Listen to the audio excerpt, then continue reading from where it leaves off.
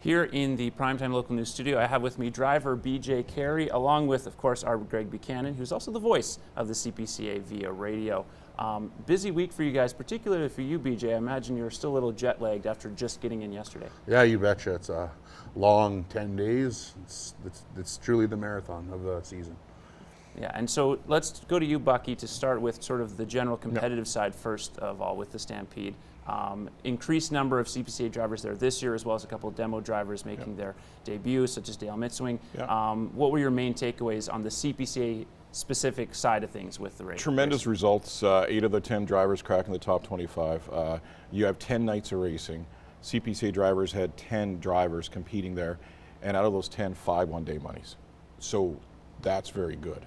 Our 2 demo drivers did a fantastic job too, and we're hoping that down the road they're going to get into the Calgary Stampede too. So showing that the Calgary Stampede, and of course it's the upper echelon of chuck wagon racing, the best in the sport is there, and the CPCA did very, very good.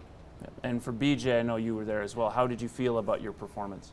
I mean, going into Stampede, we had a pile of wet runs, rainy, muddy runs. So horses are going to feel that, and it's like us walking in rubber boots. They get muscle sore. So going in there, I had to run some new horses that haven't been to Stampede before, and I had a slow first 5 days. First 4 days. My last 6 days, I was very happy. Got some of the seasoned horses back, and I think it showed in the last 6 days. A second day money, a fifth day money. It felt good. I finished 12th in the aggregate. I'm happy with that. With going in there with what I had, it was a great 10 days.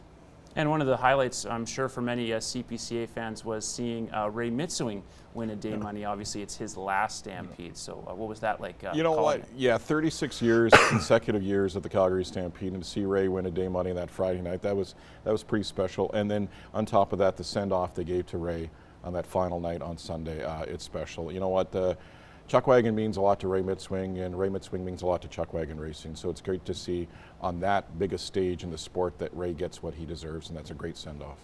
I guess it's going to be weird for you not racing against him again next year. Yeah, I mean, Ray is an icon of chuck wagon racing. 7 Canadian championships, so I believe he holds the record with us. He's a great guy to drive with on the track. He's very courteous. He's a competitor.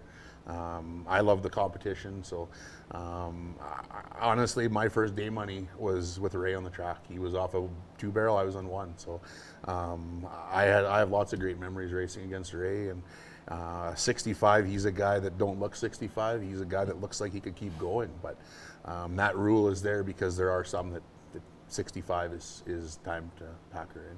And really quickly, with a few seconds here, of course, his son had a memorable rookie season last year. Didn't race as a competitor in the Stampede this year, but expect to see him continue on that mixed-wing legacy, probably?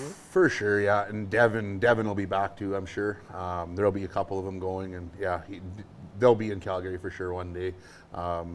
With the invite system, it's just a matter of when they get that call. And of course, we'll get that chance to see if he'll continue to earn that invite going into next year, as there's only a couple of weeks left of the CPCA season.